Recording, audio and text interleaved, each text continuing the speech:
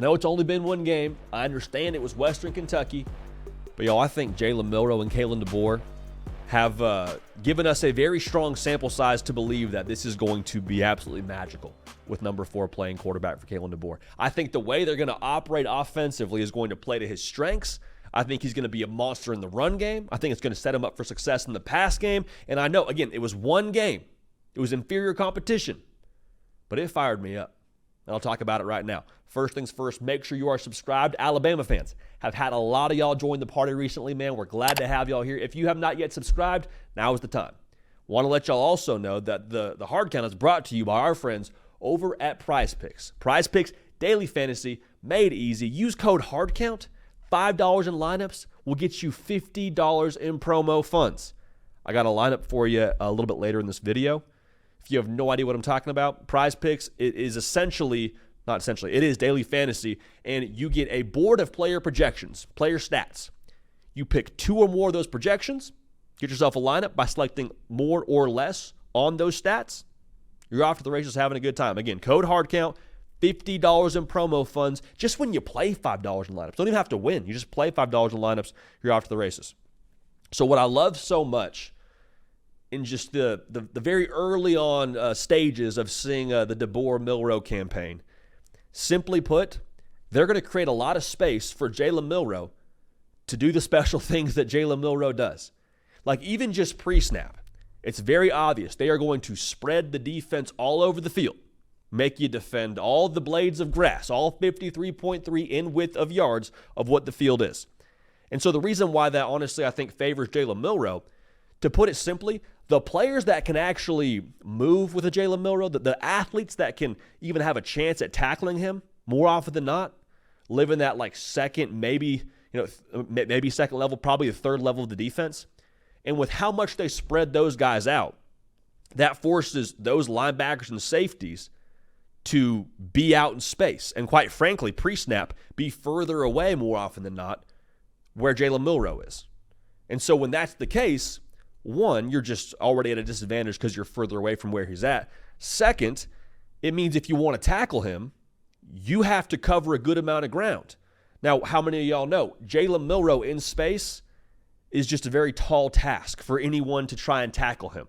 All right, that's advantage Jalen Milroe every single time. Even if you have an angle, even if you think you're in good position, like you're not always in good position whenever he's got a two-way go, which again, in space, more often than not, he's going to have a two-way go. The other part I appreciate about this offense is it's going to isolate those weapons. Like you saw Ryan Williams, 2 catches, 2 touchdowns. It's a good way to get down. Law has been raved about all offseason with how athletic he is, how fast he is. Jeremy Bernard, they have so many weapons. And so it's different than like a Tennessee offense or a Jeff Lebby offense at Mississippi State. It's not going to be quite as extreme with how they spread you out in that sense, but it'll spread you out enough to where it's going to create a lot of man-to-man matchups, a lot of isolation, if you will.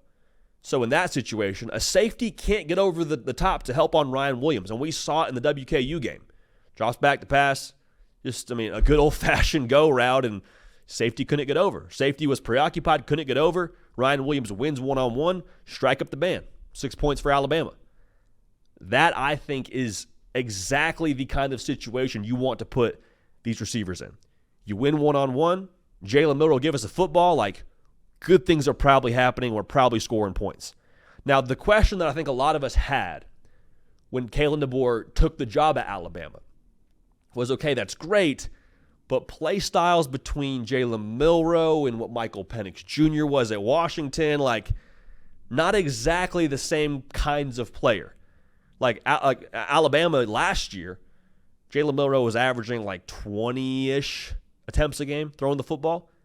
At Washington, they're somewhere in the range of 40 a game. So you're saying, how is this going to work? And, y'all, I could have gotten emotional watching Jalen Milroe in an empty set have a play called for him to run the football with 2 linemen pulling, getting north and south downhill. It was like Kalen DeBoer kind of just threw all of us a little wink. Like, yeah, I'm going to use him as a runner. Maybe not all that much against Western Kentucky, but like just so y'all know, we have this in the bag. Okay, so whenever you go empty set like that, more often than not, for a defense, that means, hey, we're going to throw the football. So what does that mean? Linebackers are spread all over the field.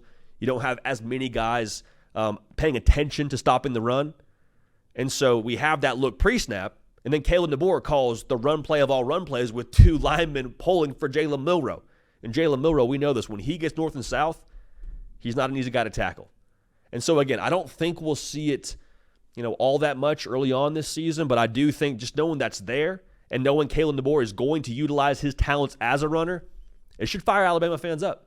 It really should, because, again, that's what makes Jalen Milroe. That's what makes him the guy that defensive coordinators lose sleep over, all right? I will say this, too. As much as this offense is going to have its fair share of design quarterback runs for Jalen Milroe, it also, I think, is going to create a lot of difficult out-of-structure things to defend for Jalen Milroe. Because with what I just said about how much they're going to spread a defense out, that's going to, I believe, force defenses to play a good amount of man coverage. It's hard to play zone when your zone that you're supposed to defend is, a pretty good distance. It's the way that it works. It's geometry, essentially. And so if that's the case and you have to play man, well, who's keeping track of Jalen Milroe? A linebacker who's spying on him? I hope you don't think that's enough. Unless you got some super athletic linebacker that you feel good about running stride for stride with Jalen Milroe. There's not many of those dudes in college football, period. So all that's to say, if your back is turned to Jalen Milroe and your linebacker misses when he decides to tuck it and run, we saw a little bit of it against WKU. He took off and had nothing but real estate to go, man. He is going to, I believe, put up massive rushing numbers off script just by nature of how they align. Going back to what I said, the space that he is afforded in this offense, both throwing and running the football, is going to be dynamite.